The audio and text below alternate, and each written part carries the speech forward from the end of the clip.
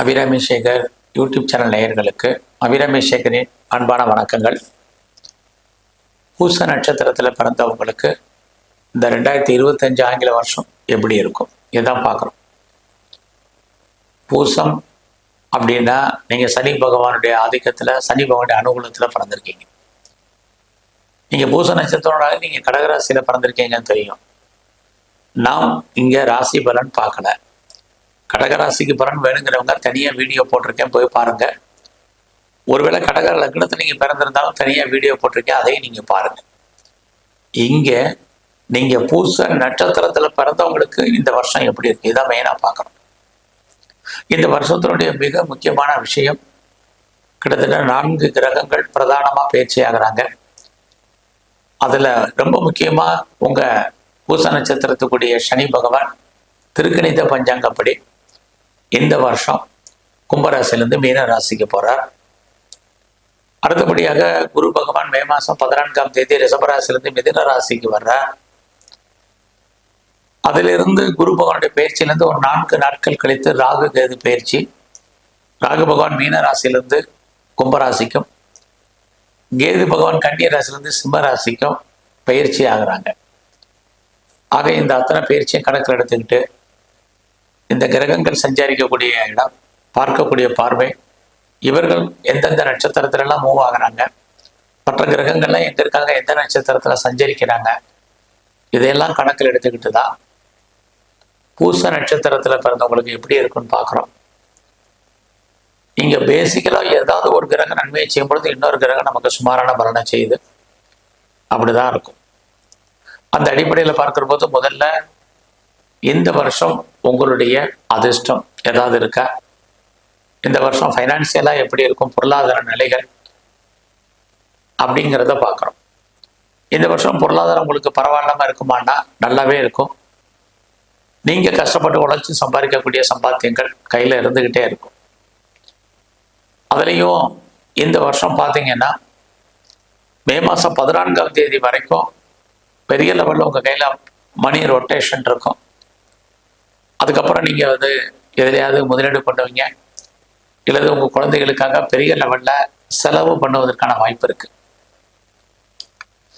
இந்த வருஷம் பூச நட்சத்திரத்தில் பிறந்தவங்களுக்கு பேச்சின் மூலமாக வருமானம் இருந்தாலும் செலவுகளும் அதிகம். இந்த வருஷத்தில் மெயினாக உங்களுடைய வேலை வாய்ப்புகள் எப்படி இருக்குது, கரியர் எப்படி, உங்களுடைய ப்ரொஃபஷன் எப்படி, ஜாப் எப்படி அப்படிங்கிறத பார்க்குறோம். இந்த வருஷம் ரொம்ப நல்லா இருக்குது. அதே மே மாதம் 14ஆம் தேதிக்கு அப்புறம் யாரெல்லாம் வேலையை விட்டு வெளியில் வந்துட்டீங்களோ ட்ரை பண்ணுங்கள், பெட்டர் ஜாப் இருக்குது. அது மட்டுமல்ல, பார்க்கும் வேலையை விட்டு வெளியேற்றப்பட்டவங்களும் முயற்சி பண்ணுங்கள், கிடைக்கும். ஏற்கனவே வேலை தேடிட்டு இருக்கிறவங்களுக்கு நல்ல வாய்ப்புகள் இருக்குது. எனக்கு பெரிய லெவலில் வயசாயிருச்சு, இனிமேல் வேலைக்கான வாய்ப்புகள் சூழ்நிலையில் இருக்குமான்னு தெரியல அப்படின்னு நினைக்கிறவங்களுக்கும் இந்த வருஷம் மே மாதத்துக்கு அப்புறம் அதற்கான சோர்சஸ், வேலை கிடைப்பதற்கான வாய்ப்பு உங்கள் பூச நட்சத்திரத்தில் பிறந்தவங்களுக்கு இந்த வருஷம் இருக்குது. ஆக இந்த வருஷம் வேலை இல்லாமல் போகாது, வேலையில் வருமானம் இல்லாமல் போகாது, சம்பாத்தியம் இல்லாமல் போகாது. எல்லாமே மே மாதம் 14ஆம் தேதிக்கு அப்புறம் தான் நல்லா இருக்கும். அது வரைக்கும் உங்கள் வேலையெல்லாம் நீங்கள் ரொம்ப கேர்ஃபுல்லாக இருங்க, கவனமாக இருங்க. பார்க்கும் வேலையை விட்டு அவசரப்பட்டு வெளியே வர்றது, வெளியேற்றப்படுவது எல்லாம் ரொம்ப எச்சரிக்கை. எது எப்படி இருந்தாலும் மே மாதம் 14ஆம் தேதிக்கு அப்புறம் வேலையில் ஏதாவது ப்ரொமோஷன் எதிர்பார்த்தீங்கன்னா கண்டிப்பாக கிடைக்கும். ப்ரொமோஷன் மட்டுமல்ல, பெரிய லெவலில் எனக்கு இன்க்ரிமெண்ட் எதிர்பார்க்குறேன், கண்டிப்பாக இருக்குது. இன்க்ரிமெண்ட் மட்டும் இல்லை, ஏதாவது இன்சென்டிவ் எதிர்பார்க்குறேன், போனஸ் எதிர்பார்க்குறேன், வேறு ஏதாவது மானிட்டரி பெனிஃபிட் எதிர்பார்க்குறேன் அப்படிங்கிறவங்களுக்கெல்லாம் உங்களுடைய எதிர்பார்ப்புகள் பூர்த்தி ஆவதற்கான வாய்ப்பு நிறையா இருக்குது. வேலையில் ஏதாவது சேஞ்ச் பண்ணணும், வேலையில் ட்ரான்ஸ்ஃபர் பண்ணி இன்னொரு சேஞ்ச் பண்ணணுங்கிறவங்களுக்கும் கண்டிப்பாக மாற்றம் உண்டு. மே 14க்கு அப்புறம் வேலையில் எவ்வளோக்கு நீங்கள் எஃபர்ட் எடுத்து பண்ணீங்களோ அவ்வளோக்கு உங்களுக்கு ரெக்கக்னைஸ் கிடைக்கும். இது அத்தனையும் உங்களுக்கு இந்த வருஷம் இருக்குது. வேலையில் மாற்றங்களும் உண்டு, இன்னர் சேஞ்சஸும் இருக்குது. வேலை மட்டுமல்ல, நீங்கள் எந்த சர்வீஸில் இருந்தாலுமே நல்லா இருக்குது. ஆனாலும் கூட உங்களுடைய வேலையில் கொஞ்சம் கான்சன்ட்ரேட் பண்ணுங்க. இந்த வருஷம் நீங்கள் பார்த்தீங்கன்னா நீங்கள் வேலையில எவ்வளவுக்கு உயர்ந்த நிலைக்கு போறீங்களோ அந்த அளவுக்கு உடல் ஆரோக்கியத்தில் மிக கவனம். இந்த வருஷத்துல உங்களுடைய பிசினஸ் ஏதாவது இருக்குமா, அந்த பிசினஸ் லாபகரமாக இருக்குமா அப்படின்னு பார்க்கிற போது பரவாயில்லாம உங்களுக்கு இருக்கும். ஓரளவுக்கு அந்த பிசினஸ்ல தன்னிறைவு அடைவதற்கான வாய்ப்பு உண்டு. ஆனாலும் கூட நீங்க பார்ட்னர்ஷிப்போடு பிசினஸ் பண்ணீங்கன்னா மே மாசம் 18ஆம் தேதிக்கு அப்புறம் உங்களுடைய பார்ட்னர் லாபம் அடைவார். நீங்க அவருக்காக உழைக்க வேண்டிய காலகட்டங்கள் உருவாகும். அது மட்டுமல்ல, யாரெல்லாம் பிசினஸ் ஒன்றுக்கு மேற்பட்ட இடத்துல பண்றீங்க அல்லது ஒன்றுக்கு மேற்பட்ட இடத்துல தொழில் பண்றீங்களோ ஓரளவுக்கு பரவாயில்லாம இருக்கும்.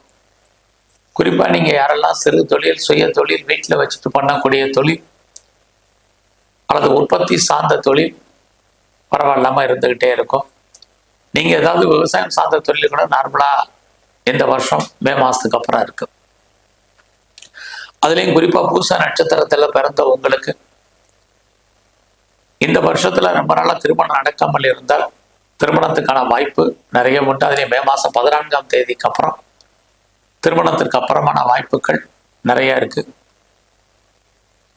அதோட இந்த வருஷத்துல யாரெல்லாம் ரொம்ப நாளா கிட்ஸ் இல்லை, குழந்தை இல்லை அப்படிங்கிறீங்களோ உங்களுக்கு குழந்தைக்கான வாய்ப்புகள் கடுமையான போராட்டத்துக்கு அப்புறம் இறை அருளால் உங்களுக்கு உண்டு. இந்த வருஷத்துல உங்களுடைய எஜுகேஷன் எப்படி இருக்குன்னு பார்க்குறோம். உங்களுடைய ஹையர் ஸ்டடியில மே 18க்கு அப்புறம் பிரேக் இருக்கு அல்லது நிறைய ஸ்ட்ரகிள் இருக்கு. அதெல்லாம் நல்லா படிங்க, இது ரொம்ப முக்கியம். இந்த வருஷத்துல நீங்க ஏதாவது கலைத்துறையில இருந்தீங்கன்னா உங்களுக்கு புகழ் அந்தஸ்து கூடும். வருமானங்கள் மே மாசத்துக்கு அப்புறம் நல்லா இருக்கும். இந்த வருஷத்துல நீங்க பெரிய லெவல்ல ஷேர்ஸ்ல இன்வெஸ்ட்மெண்ட் பண்றேன், ட்ரேடிங் பண்றேன், ஆன்லைன் பிசினஸ் பண்றேன், மியூச்சுவல் ஃபண்ட்ல இன்வெஸ்ட்மெண்ட் பண்றேங்கிறவங்கலாம் உங்களுடைய தனிப்பட்ட ஜாதகம் நல்லா இருந்தா பண்ணுங்க. இல்லைன்னா இந்த வருஷம் ரொம்ப அடக்கி வாசிங்க, இது ரொம்ப முக்கியம். இந்த வருஷத்துல பாத்தீங்கன்னா உங்களுடைய ஹெல்த் கண்டிஷன்ல கான்சன்ட்ரேட் பண்ணுங்க. தேவையில்லாம கடன் வாங்குறதை அவாய்ட் பண்ணுங்க. ஒரு பக்கம் வழக்குகள் இருந்தால் வழக்குல ஜெயிக்கிற மாதிரி தோற்றம், வழக்குகள் ஜெயிப்பதில் நிறைய ஸ்ட்ரகிள் இருக்கு. இன்னொரு பக்கம் பார்த்தீங்கன்னா நீங்க இந்த வருஷம் தேவையில்லாத கடனை அவாய்ட் பண்ணுங்க, இது ரொம்ப முக்கியம்.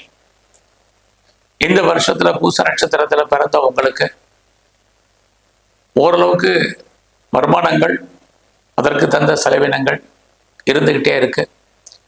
யாரெல்லாம் கம்பெனி மாறணும், வேற கம்பெனிக்கு பேப்பர் போடணும்னு நினைக்கிறவங்க உங்களுடைய தனிப்பட்ட ஜாதகம் நல்லா இருக்கும் பட்சத்தில் மார்ச் 29க்கு அப்புறம் மூவ் பண்ணுங்க.